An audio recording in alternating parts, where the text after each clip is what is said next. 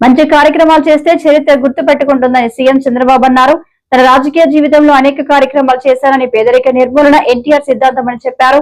మంగళగిరిలో నిర్వహించిన బంగారు కుటుంబాల మార్గదర్శకాలతో ముఖాముఖిలో ఆయన మాట్లాడారు. అందుకే తల్లికి వందనం తీసుకొచ్చాం. ఎంతమంది పిల్లలుంటే అంతమందికి ఇస్తా అన్నాం. ఈరోజు కొన్ని కుటుంబాల్లో అయితే 7 మంది 8 మంది పిల్లలుంటే 7 మందికి 1,05,000 రూపాయలు వాళ్ళ అకౌంట్లో వేసిన ప్రభుత్వం ఈ ఎన్డీఏ ప్రభుత్వం అని చెప్పి కూడా నేను మీకు తెలియజేస్తాను. నిబంధనలు లేవు, ఎంతమంది ఉంటే అంతమందికి ఇచ్చాం. ఇది అయిన తర్వాత మీరు ఒకసారి చూస్తే, నిన్నే మీరు చూస్తే ఆడబిడ్డలందరికీ ఉచిత ప్రయాణం ఆర్టీసీ బస్సుల్లో ఆగస్టు 15న మీకందరికీ ఆర్థిక స్వాతంత్రం ఇచ్చిన రోజు అది. ఒకప్పుడు మొబిలిటీ ఉండేది కాదు. ఆడబిడ్డలు బయట రావాలంటే చాలా ఆంక్షలు, ఉద్యోగాలు చేసుకునే వాళ్ళకి సగం కట్ అయ్యేది. ఇప్పుడు భర్త భార్య ఉద్యోగం చేస్తే కాస్తో కూస్తో భర్త ఆదాయం ట్రాన్స్పోర్టేషన్ కూడా పోతే నెట్గా మీకు మాత్రం ఎంత జీతం వస్తుందో అంత జీతం తీసుకునే పరిస్థితి తీసుకొచ్చామంటే అది ఈ ప్రభుత్వం చూపించే విధానం, మహిళల పట్ల ఆసక్తి. దీనివల్ల చాలా లాభాలు. పిల్లలు చదువుకోవాలంటే, స్కూలుకు పోవాలంటే ఈజీగా పోవడం, ఇంకొక పక్కన ఎవరైనా వ్యాపారాలు చేసుకోవాలంటే వ్యాపారాలకి సులభతరంగా ప్రయాణ సౌకర్యం చేయడం, ఇంకొక పక్కన ఎవరైనా దేవాలయాలు చూడాలనుకుంటే ఇంట్లో కూర్చొని బోరు కొడితే దేవాలయం కూడా చూసి దర్శనం చేసుకుని మళ్ళీ ఇంటికి రావడం, ఇలాంటి అనేక వినూత్నమైన కార్యక్రమాలు. ఒక్క విషయం మీరు గుర్తుపెట్టుకోవాలి. కొంతమంది అనుకుంటున్నారు నేనేదో ఎలక్షన్లో ఓట్ల కోసం మా ఆడబిడ్డలకి ప్రయాణ సౌకర్యం ఇచ్చానని. కాదు, ఈ మొబిలిటీ వల్ల ఆడబిడ్డలు బయట తిరగడం అలవాటైతే ఆర్థిక అభివృద్ధికి మీరే ప్రధాన సూత్రధారులు అవుతారనేది నా ప్రగాఢమైన విశ్వాసం అని చెప్పి కూడా నేను మీకు తెలియజేస్తున్నా. ఎన్నో సంవత్సరాలకు నేను ఒక మాట చెప్పాను. ఒకప్పుడు వంట చేయాలంటే చాలా కష్టంగా ఉండేది. వంట దగ్గరికి ఆడబిడ్డలైతే వంటింట్లోనే ఉండేవాళ్ళు. మా తల్లిని నేను చూశాను, ఇప్పుడు కూడా నాకు గుర్తుంది. అనారోగ్యం పాలయ్యే వాళ్ళ వచ్చిన పొగంతా కూడా మింగి, దేశంలో ఎవ్వరూ ఆలోచించిన సమయంలో నేను ఆ రోజు ఆలోచించి ప్రతి ఇంటికి ఉచిత గ్యాస్ సిలిండర్లు ఇచ్చాను.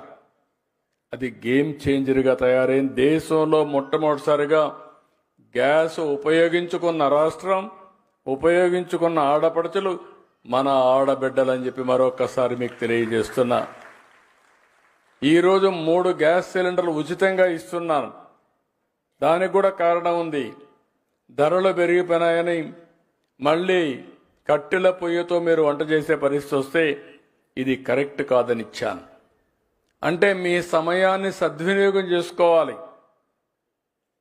కట్టెల పొయ్యితో చాలా సమయం అవుతుంది, అదే స్టవ్ అయితే చాలా ఈజీగా అయిపోతుంది. ఈరోజు చాలామంది మీరు ఇంటికే పరిమితం ఎందుకు అవుతున్నారంటే బయట పోతే ఖర్చులు అవుతాయి, ఆర్టీసీ బస్సు రేట్లున్నాయి. ఇవన్నీ మళ్ళీ ఒకప్పుడు నేను చూసేవాడిని. ఆడబిడ్డల్ని చిన్నప్పుడు తల్లిదండ్రుల పైన, పెద్ద అయితే భర్తల పైన, ముసలి వాళ్ళైతే మళ్ళా పిల్లల పైన, ఒక మాటలో చెప్పాలంటే వాళ్ళ దయాదాశాలు. విశాఖ ఉక్కు ఆంధ్రుల హక్కు అనే నినాదంతో నిలిచిన ఉక్కు ప్లాంట్ ఎట్టి పరిస్థితుల్లోనూ ప్రైవేటీకరణ జరగదు. రాష్ట్ర అధ్యక్షులు పల్లా శ్రీనివాసరావు విశాఖ ఉక్కు ప్లాంట్ ప్రైవేటీకరణపై దుష్ప్రచారానికి తెరదించాలని తెలుగుదేశం పార్టీ రాష్ట్ర అధ్యక్షులు పల్లా శ్రీనివాస్ అన్నారు. ఈ సందర్భంగా మంగళగిరిలోని తెలుగుదేశం పార్టీ కేంద్ర కార్యాలయంలో ఆయన మీడియా సమావేశం నిర్వహించారు. ఈ సందర్భంగా ఆయన మాట్లాడుతూ విశాఖ ఉక్కు ప్లాంట్ ప్రైవేటైజ్ అవుతుందంటూ వైసీపీకి అనుబంధంగా ఉన్న కొంతమంది నాయకులు, కార్మిక సంఘాల నేతలు చేస్తున్న ప్రచారం పూర్తిగా నిరాధారం. ఉక్కు ఆంధ్రలోకం అనే నినాదాన్ని నమ్మి పోరాడిన ఆంధ్రప్రదేశ్ ప్రజలకు ఆందోళన చెందాల్సిన అవసరం లేదు. విశాఖ ఉక్కు ప్లాంట్ ఎప్పటికీ ప్రైవేటీకరణ కాదు. ముఖ్యమంత్రి శ్రీ నారా చంద్రబాబు నాయుడు గారు స్టీల్ ప్లాంట్ పరిరక్షణలో కీలక పాత్ర పోషించారని అన్నారు. కేంద్ర ప్రభుత్వం నుంచి 11,440 కోట్ల రూపాయలు, రాష్ట్ర ప్రభుత్వం నుంచి 2,600 కోట్ల రూపాయలు సమకూర్చి మొత్తం 14,000 కోట్ల రూపాయలకు పైగా నిధులు తెచ్చి ప్లాంట్కి ఆర్థిక ఊపిరి ఇచ్చిన విషయాన్ని పేర్కొన్నారు. ఈ నిధులతో ముడి సరుకు, విద్యుత్, నీటి అవసరాలు తీర్చేలా భరోసా కల్పించారని స్పష్టం చేశారు.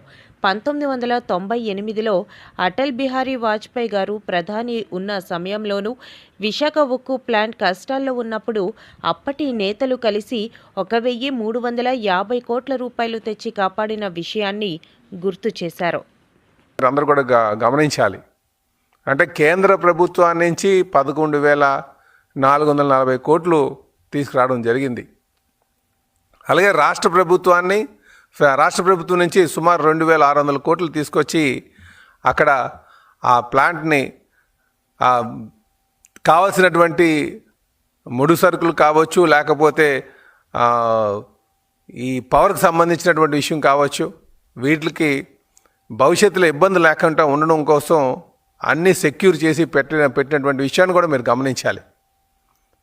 అది ఈరోజు కొంతమంది ఎవరైతే గత 5 సంవత్సరాలుగా ఎటువంటి సహకారం అందించినటువంటి వారు ఈ ప్లాన్ని ఏదో విధంగా మూసేయాలని ఒక ఆలోచన చేసినటువంటి వైసీపీ నాయకులు ఈరోజు కొంతమంది వచ్చి ఇది ప్రైవేటైజ్ చేసేస్తున్నారని చెప్పేసి తప్పుడు ప్రచారం, దుష్ప్రచారం చేస్తున్నారు. ఇందులో ఎటువంటి వాస్తవం లేదని చెప్పి కూడా ఈ సందర్భంగా తెలియజేస్తున్నారు.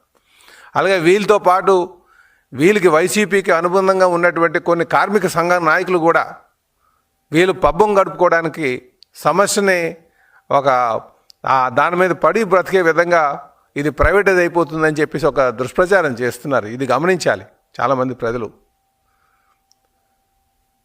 అయితే మేము తెలియజేసేది ఒకటే, ఈ ప్లాంట్ నడవడం కోసం ఇంకా భవిష్యత్తులో మెరుగైనటువంటి ఉత్పత్తి సాధించడానికి కోసం కొన్ని కఠినమైన నిర్ణయాలు తీసుకోవాల్సినటువంటి అవసరం ఉంది.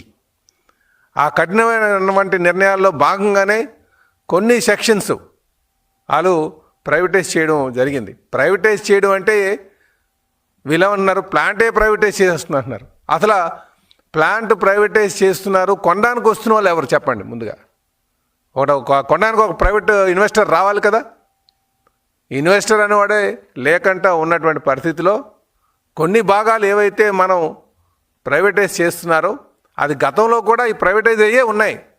వీళ్ళే ఇప్పుడు చాలామంది కార్మిక నాయకులు చెప్తున్నారు, సుమారు 15,000 మంది ప్రముఖ పర్యాటక ప్రదేశం కైలాసగిరిపై 55 అడుగుల ఎత్తులో ఏర్పాటు చేయబోతున్న త్రిశూలం, డబరుఖం ప్రతిమల ఏర్పాటుకు జిల్లా ఇన్ఛార్జి మంత్రి డోలా సోమవారం శంకుస్థాపన చేశారు. సుమారు 1,55,00,000తో ఏర్పాటు.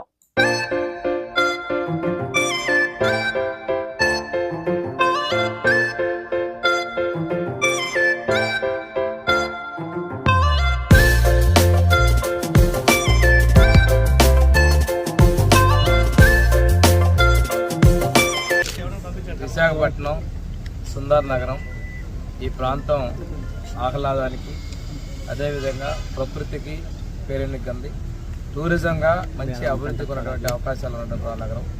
ఇక్కడ విఎంఆర్డీ ఆధ్వర్యంలో కైలాసగిరి మీద 55 అడుగులు ఎత్తున్నటువంటి త్రిశూలాన్ని, అంటే ఇక్కడ కైలాసగిరి అనే పేరు ఉంది కాబట్టి త్రిశూలం ఒక మంచిది ఏర్పాటు చేయాలన్న ఉద్దేశంతో విఎంఆర్డీ చైర్మన్ ప్రణవ్ గారు, అదేవిధంగా మన కమిషనర్ గారు అందరూ కూడా నిర్ణయించుకోవడం జరిగింది. దానిలో భాగంగా ఇక్కడ ఈరోజు 150,55,00,000 రూపాయలతోటి ఈ త్రిశూలానికి ఏర్పాటు సంబంధించిన భూమి పూజ చేయడం జరిగింది. అదేవిధంగా ఈరోజు మనం బీచ్లో ఉన్నటువంటి హెలికాప్టర్ మ్యూజియం కూడా ప్రారంభించడం జరుగుతూ ఉంది. ఇక్కడ ఈ ప్రాంతంలో ఉన్నటువంటి టూరిజాన్ని ప్రత్యేకంగా డెవలప్ చేయాలనేటువంటి ముఖ్యమంత్రి గారి ఆలోచన, వారి ఆశయాలకు అనుగుణంగా విశాఖపట్నాన్ని పూర్తి స్థాయిలో పర్యాటకంగా తీర్చిదిద్దడం కోసం మనం కట్టుబడి ఉన్నాం. ఈ విధంగా పర్యాటక రంగాన్ని విశాఖపట్నం మంచి కేంద్ర బిందువుగా చేసే విధంగా చర్యలు తీసుకుంటాం. విఎంఆర్డీఏ ఆధ్వర్యంలో పర్యాటకులకు ఆకర్షించే విధంగా సిద్ధం చేసిన UH-3H హెలికాప్టర్ ని సోమవారం సాయంత్రం రాష్ట్ర మంత్రులు అనిత, డోలా ప్రారంభించారు. విశాఖ నగరాన్ని పర్యాటక ప్రాంతంగా తీర్చిదిద్దేందుకు అన్ని చర్యలు చేపడతామన్నారు.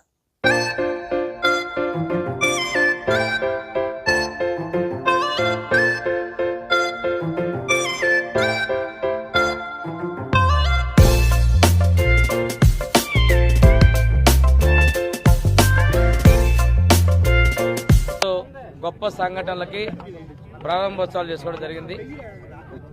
మనకి విశాఖపట్నానికి ఉన్న అదృష్టం ఏంటంటే ఈస్టర్న్ నేవల్ కమాండ్ మనకు ఉండటం. ఆ ఈస్టర్న్ నేవల్ కమాండ్లో ఉన్నటువంటి సబ్మరైన్ దగ్గర నుంచి ఈరోజు ఉన్నటువంటి యుటిలిటీ హెలికాప్టర్ని ఈరోజు శాసన మ్యూజియంలో మనం ఏర్పాటు చేసుకొని ప్రారంభించుకోవడం చాలా గొప్ప అదృష్టంగా భావిస్తూ ఉన్నాం. ఈ హెలికాప్టరు 2007 నుంచి 24 వరకు దేశానికి సేవలు అందించడం జరిగింది. ఇది రెస్క్యూ చేయటం, పెద్ద పెద్ద డిజాస్టర్స్ టైంలో కానీ యుద్ధంలో కానీ సేవలు చేసినటువంటి హెలికాప్టర్ని ప్రజా సందర్శనార్థం ఈ ఆర్కే బీచ్లో మ్యూజియం ఏర్పాటు చేసినందుకు ఈస్టర్న్ నేవల్ కమాండ్ నేను ప్రత్యేకంగా ధన్యవాదాలు తెలియజేస్తున్నాను. ఇది 4వ ఐటమ్ వాళ్ళు మనకి బీచ్కి ఇచ్చినటువంటిది. ఈరోజే మళ్ళీ కైలాసగిరిలో కూడా పేరుకి కైలాసగిరి అన్నప్పుడు అక్కడ ఒక మంచి త్రిశూలం ఏర్పాటు చేసి 1,50,00,000 రూపాయలతోటి ఏర్పాటు చేసే త్రిశూలాన్ని కూడా మనం శంకుస్థాపన చేసుకుని నేను హోమ్ మినిస్టర్ గారు, పిఎంఆర్డీ చైర్మన్, అధికారులందరూ కూడా పార్టిసిపేట్ చేశారు. ఈ సందర్భంగా ఏంటంటే పర్యాటక రంగానికి ఎనలేని అవకాశాలను ఈ విశాఖపట్నంలో పర్యాటక రంగాన్ని ప్రోత్సహిస్తున్నాం. భవిష్యత్తులో ఆదాయం కూడా మరింతగా రావాలి. ముఖ్యమంత్రి గారు కూడా టూరిజానికి ఎక్కువ ప్రాధాన్యత ఇస్తూ ఉన్నారు. ఈ ప్రాంతంలో ఐటీతో పాటు టూరిజం కూడా మంచి అవకాశాలు ఉన్నాయి. దీన్ని ప్రోత్సహించాలి. మన ప్రభుత్వం అత్యంత ప్రాధాన్యత ఇస్తుందని తెలియజేసుకుని సెలవు తీసుకున్నాను. అమరావతిలో సహా రాష్ట్రంలోని ఇతర ప్రాంతాల్లో ముంపు వదంతులు సృష్టిస్తే సహించేది లేదని, ప్రశాంత ప్రజా జీవనానికి భంగం కలిగిస్తే చట్టపరమైన చర్యలు తప్పవని మంత్రి నిమ్మల రామానాయుడు హెచ్చరించారు. ప్రజలకు ముంపు భయం వద్దని, పరిస్థితి పూర్తి అదుపులో ఉందని భరోసా ఇచ్చారు. వాగు అవుట్ఫాల్ స్లూయిస్ లీక్ అయి అమరావతి మునిగిపోతుంది. కొండవీటి వాగు వాటర్ అంతా కూడా డైవర్ట్ చేసి పొన్నూరుని ముంచేస్తున్నారు. అంటే ఇట్లా ప్రతిరోజు ప్రతి నిత్యం కూడా తమ ఏదైతే పేటీఎం పార్ట్నర్స్ ఎవరైతే ఉంటారో, తమ రహస్య స్నేహితులు ఎవరైతే ఉంటారో వాళ్ళందరితోటి కూడా ఇటువంటి అసత్యమైనటువంటి అబద్ధమైనటువంటి ప్రచారాలు వాళ్ళ ప్లాట్ఫారం మీద చేయిస్తూ వాటిని మళ్ళీ తమ యొక్క పేటీఎం బ్యాచ్ ద్వారా సోషల్ మీడియా ద్వారా దాన్ని మళ్ళీంత ప్రచారం చేసి, అంటే ఈ రకంగా ఒక రాజకీయ ముసుగులో ఇటువంటి విష ప్రచారం ఏదైతే వైఎస్ఆర్సీపీ పార్టీ చేస్తుందో అటువంటి దానిలో వేసమెత్తు కూడా వాస్తవం లేదని చెప్పి మీ ద్వారా తెలియజేసుకుంటూ ఉన్నా. అంటే ఈ యొక్క సంవత్సరం కాలంలోనే ఈ యొక్క కూటమి ప్రభుత్వం యొక్క సమర్థవంతమైనటువంటి పాలనకు రోజు రోజుకి కూడా ప్రజల్లో ఆదరణ పెరుగుతుండటంతో తట్టుకోలేక ఇటువంటి విష ప్రచారానికి వైఎస్ఆర్సీపీ పార్టీ పూనుకున్నటువంటి పరిస్థితి.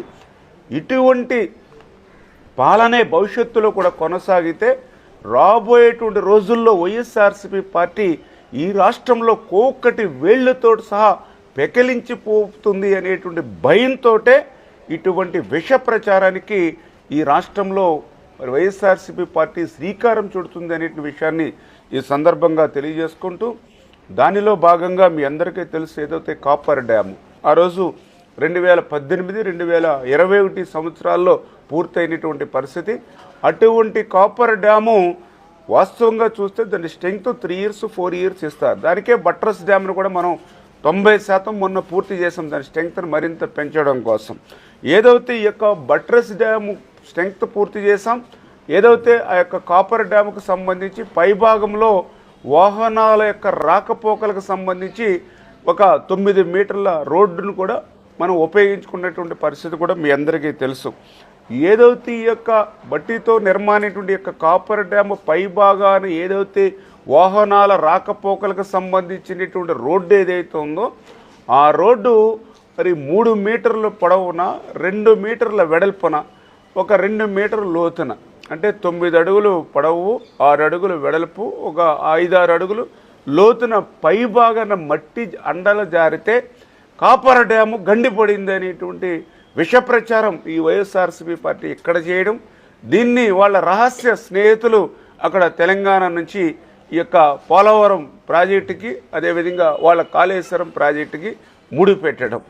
అంటే ఇది వాస్తవంగా అయితే అక్కడ ఈఓఐ పేరుతో కేంద్ర బీజేపీ ప్రభుత్వం వైజాగ్ స్టీల్ ప్లాంట్లోని 44 విభాగాలను ప్రైవేటీకరించడానికి బిడ్లు ఆహ్వానించింది. ఇది స్టీల్ ప్లాంట్ను ప్రైవేటీకరించే చర్య. దీనిని వెంటనే రద్దు చేయాలని ముఖ్యమంత్రి చంద్రబాబు, ఉప ముఖ్యమంత్రి వెంటనే జోక్యం చేసుకుని ఈఓని రద్దు చేయించాలని డిమాండ్ చేస్తూ సిపిఎం నాయకులు ధర్నా. ఎక్స్ప్రెషన్ ఆఫ్ ఇంట్రెస్ట్ పేరు మీద వైజాగ్ స్టీల్ ప్లాంట్లోని 32 విభాగాలను ముక్కలుగా చేసి ప్రైవేట్ కట్టుబెట్టడం కోసం కోరుకుంది. ఈ ద్రోహకరమైన చర్యని సిపిఐ పార్టీ తీవ్రంగా ఖండిస్తూ ఉంది. రాష్ట్ర ముఖ్యమంత్రి చంద్రబాబు నాయుడు, ఉప ముఖ్యమంత్రి పవన్ కళ్యాణ్, గాజువాక ఎమ్మెల్యే పల్లా శ్రీనివాసరావు, విశాఖపట్నం ఎంపీ శ్రీభరత్ మీరు వెంటనే జోక్యం చేసుకుని వైజాగ్ స్టీల్ ప్లాంట్ అమ్మకాన్ని నిలువరించాలని చెప్పి సిపిఐ పార్టీగా మేము డిమాండ్ చేస్తున్నాం. ఎన్నికల ముందు మీరు ఇచ్చిన హామీ ఏంటి? ఎన్నికల తర్వాత మీరు చెప్పింది ఏంటి? స్టీల్ ప్లాంట్ అమ్మకం ఆగిపోయింది, ఇది ప్రైవేటీకరణ జరగదు, లాభాల బాట పట్టిస్తామని చెప్పని మీరు ప్యాకేజీ ప్రకటించారు. ప్యాకేజీ ప్రకటించిన తర్వాత లాభాల బాట పట్టారు సరికదా? రోజుకి వైజాగ్ స్టీల్ ప్లాంట్ ని అష్ట దిగ్బంధనం చేసి నష్టాలు నెట్టే కార్యక్రమం చేస్తా ఉన్నారు, ముంచేసే కార్యక్రమం చేస్తా ఉన్నారు. 5,000 మంది కాంట్రాక్ట్ కార్మికులు తొలగించారు, వేలాది మంది పర్మనెంట్ ఎంప్లాయీస్ పేరు మీద ఈ ద్రోహపూర్వక చర్యల్ని నిలువరిస్తామని చెప్పి ఎన్నికల ముందు హామీ ఇచ్చి దానికి విరుద్ధంగా వివరించాలని చెప్పినట్టే ఇది నమ్మి ఓటు వేసి కల్పించిన ప్రజల్ని నట్టాడు ముందు తప్ప ఇంకోటి కాదని చెప్పి స్పష్టంగా చెప్పదలుచుకున్నాం. ఈ తాలూకా ప్రధాన ఉద్దేశం వైజాగ్ స్టీల్ ప్లాంట్ కీలక విభాగాల్లో ప్రైవేట్ వ్యక్తులకి కట్టబెట్టడం. దాదాపు 600 మంది ప్రైవేట్ ఏజెన్సీలు ఉన్నాయి. ఈ ఏజెన్సీలు తొలగించి ఇతర రాష్ట్రాల నుంచి దాదాపు 50 పెద్ద ఏజెన్సీలు నియమించాలని చెప్పి కుట్ర చేస్తూ ఉన్నారు. ఈ ఏజెన్సీల ద్వారా కీలక డిపార్ట్మెంట్లు ఆఫీసులకు సంబంధం లేకుండా, పర్మనెంట్ ఎంప్లాయీస్ సంబంధం లేకుండా పాత కాంట్రాక్టర్లను తొలగించి ప్రైవేట్ వ్యక్తుల చేతుల్లో పెట్టాలి. ఈ ప్రైవేట్ వ్యక్తులు ఇతర రాష్ట్రాల నుండి తమకు నచ్చినటువంటి వ్యక్తుల్ని కార్మికులు తీసుకొచ్చి ఎటువంటి కార్మిక చట్టాలు అమలు చేయకుండా నిలుదోపిడీ చేయాలి. కాంట్రాక్టర్లు దోపిడీ చేసుకునే దానికోసం కేంద్రంలో ఉన్నటువంటి ప్రభుత్వ పెద్దల తనకు ఆశీస్సులతో ఈ చర్య సాగుతూ ఉంది. ఈ దుర్మార్గమైన చర్య ప్రజలు ప్రభుత్వ రంగంలో నిలుపుతామని చెప్పి ఎన్నికల ముందు హామీ ఇచ్చి ఆ హామీని తొంగలో దొక్కి ఈ రోజు కేంద్రంలో మోడీ ప్రభుత్వం స్టీల్ ప్లాంట్ అమ్మకానికి పూనుకుంటే మీకు బాధ్యత లేదా చంద్రబాబు గారు అడుగుతున్నాం, మీకు బాధ్యత లేదా పవన్ కళ్యాణ్ గారు అడుగుతున్నాం, మీకు బాధ్యత లేదా శ్రీభరత్ గారు పవన్ శ్రీనివాసరావు అడుగుతున్నాం. మీకు బాధ్యత ఏమాత్రం ఉంటే స్టీల్ ప్లాంట్ చిత్తశుద్ధి ఉండేలాగుంటే మీరు వెంటనే కేంద్ర మంత్రులు తీసుకొచ్చి ఈ ఈఓఎన్ వెంటనే ఆపండి, వైజాగ్ స్టీల్ ప్లాంట్ లాభాలు పట్టించి కార్యక్రమం చేపట్టమని చెప్పి డిమాండ్ చేస్తున్నాం. లేని పక్షంలో ఖచ్చితంగా ప్రధానికి మీకు సరైన కొరపాటు చెప్పదని చెప్పని మీతో హెచ్చరిస్తున్నాం. అనకాపల్లి జిల్లాలో భారీగా పట్టుబడ్డ గంజాయి. పాయకరావుపేటలో 200 కేజీల గంజాయి పట్టుకున్న పోలీసులు. విశాఖ నుండి తుని వైపు వెళ్తుండగా పాయకరావుపేట మండలం సీతారాంపురం గ్రామం వద్ద పట్టుకున్న పోలీసులు. ఇందులో 3 అదుపులోకి తీసుకున్నామని పోలీసులు వెల్లడించారు. జిల్లా Narsipatnam sub division Payakaraopeta police station పరిధిలో 200 కిలోల గాంజాని Nakkapalli Payakaraopeta police station inspector గారు స్వాధీనం చేసుకున్నారు. దానికి సంబంధించి మన అనకాపల్లి జిల్లా ఎస్పీ శ్రీ తుహిన్ సిన్హా ఐపీఎస్ గారి ఉత్తర్వుల మేరకు ఈ ప్రెస్ కాన్ఫరెన్స్ ఈరోజు పెట్టడం జరిగింది. నిన్న సాయంకాలం సమయంలో సీతారాంపురం జంక్షన్ దగ్గర ఇన్స్పెక్టర్ గారు మరియు SI Purushottam and Ali and సిబ్బంది అందరూ కూడా ఈగల్ స్పెషల్ బ్రాంచ్ వాళ్ళు ఇచ్చిన సమాచారం మేరకు వెహికల్ చెకింగ్ చేస్తున్నారండి. వెహికల్ చెకింగ్ చేస్తుండగా అక్కడి నుంచి ఒక కారు ఒకటి మాకు ఏదైతే సస్పెక్ట్ చేస్తున్నామో ఆ కారు వస్తుంది. ఇమీడియట్గా కార్ని ఇంటర్సెప్ట్ చేయడం జరిగింది. ఇంటర్సెప్ట్ చేస్తే అందులో 3 మనుషులు ఉన్నారు. వాళ్ళ వివరాలు వీళ్ళ గురించి అని మనం తనిఖీ చేయగా ఆ కారులో 4 మూటలతో సుమారుగా 200 కేజీల గాంజాయి, అలాగే 3 వ్యక్తులు ఉన్నారని అందులో బైపరేట్ రత్నం అని చెప్పేసి ఒక లేడీ ప్లస్ 2 ఎర్రమిల్లి నాగ వీర శివ ఈయనది పెద్దాపురం అండి, తూర్పుగోదావరి జిల్లా. అలాగే కొల్ల నాగ సతీష్ ఈయనేమో ఏలేశ్వరం అండి ఏంటి. వీళ్ళు మొత్తం 3 కూడా ఆ కారులో మేము అప్రిహెండ్ చేయడం జరిగింది. ఏంటి అంటే ఈ కేసు వివరాల్లోకి వెళ్తే ఈ మెయిన్ కింగ్ పిన్ ఇందులో గొర్రెల గంగినాయుడు అని చెప్పేసి ఈయనది గొలుగొండ మండలం అండి, రేవనాపల్లి దగ్గర విలేజ్ దగ్గర ఏటిగారంపేట అయింది. ఆయన ఇంతకుముందు కూడా 3 కేసుల్లో గంజాయి కేసుల్లో ఈయన నిందితుడు. మన దగ్గర ఉన్నాయి కేసులు, సస్పెక్ట్ షీట్ కూడా ఉంది. ఈయన గాంజాని ఏజెన్సీ నుంచి ప్రొక్యూర్ చేసి, అంటే ఒరిస్సా నుంచి తీసుకొని వచ్చి లంబసింగి వరకు తీసుకున్నారు. లంబసింగి వరకు వాళ్ళు ఒరిస్సా వాళ్ళు తీసుకొచ్చి ఇచ్చారు. అక్కడి నుంచి ఒక ఆటో ద్వారా ఆయన గబ్బాడ వరకు తీశాడు. అక్కడ తీసుకొచ్చాడు. అక్కడ ఒక చెక్ పోస్ట్ ఉంది, డౌన్వుడ్ చెక్ పోస్ట్. అక్కడికి వచ్చేసరికి ఆ చెక్ పోస్ట్ని అవాయిడ్ చేస్తూ అక్కడి నుంచి మోత ద్వారా గబ్బాడ వరకు తీసుకొచ్చి గబ్బాడలోని ఒక ఎక్స్యూవీ వెహికల్ ఒకటండి,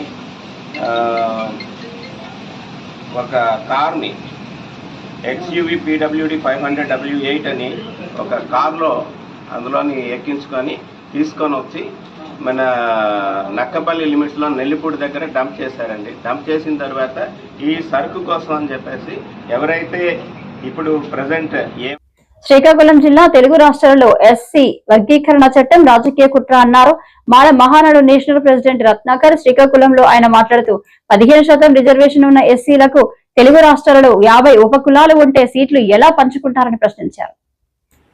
శ్రీకాకుళం జిల్లా తెలుగు రాష్ట్రాలలో ఎస్సీ వర్గీకరణ చట్టం రాజకీయ కుట్ర అన్నారు మాల మహానాడు నేషనల్ ప్రెసిడెంట్ రత్నాకర్. శ్రీకాకుళంలో ఆయన మాట్లాడుతూ 15% రిజర్వేషన్ ఉన్న ఎస్సీలకు తెలుగు రాష్ట్రాలలో 50 ఉపకులాలు ఉంటే సీట్లు ఎలా పంచుకుంటారని ప్రశ్నించారు. సీట్లను సమానంగా పంచుతామన్న చంద్రబాబు నాయుడు రేవంత్ రెడ్డి ఎలా పంచుతారని ప్రశ్నించిన ఆయన సీట్ల కోసం ఒకరికొకరం కొట్టుకు చావాలా అని మండిపడ్డారు. రాష్ట్రంలో ఎన్ని ఎస్సీ కులాలు ఉన్నాయనే డేటా చంద్రబాబు నాయుడు వద్ద లేదన్నారు. ఉభయ గోదావరి జిల్లాల్లో దళితులకు వర్గీకరణ వల్ల తీవ్ర అన్యాయం జరిగిందన్నారు. ఎస్సీ వర్గీకరణ వలన అనేక మందికి జరుగుతున్న అన్యాయంపై పోరాటం చేయనున్నామన్నారు. దేశంలో ఎస్సీ వర్గీకరణను తెలుగు రాష్ట్రాలు మాత్రమే చట్టం చేశాయని, ఎస్సీ వర్గీకరణ అడ్డుకునేందుకు ఎస్సీలందరూ ఏకమై పోరాటం చేయాలని పిలుపునిచ్చారు. మరి రాజకీయ పార్టీలకు అమ్ముడుకుపోయినటువంటి మాల ప్రజాప్రతినిధులు, మాల నాయకులు కూడా చెంచాగిరికి అలవాటు పడి ఈ రోజుకి కూడా కులానికి ఇంత అన్యాయం జరుగుతున్నా మనకెందుకు లేని వదిలేశారు మిత్రులారా. ఎస్సీ వర్గీకరణ అనేది చెప్పాలంటే ఇప్పుడు మాకు 15% రిజర్వేషన్ అంటున్నారు.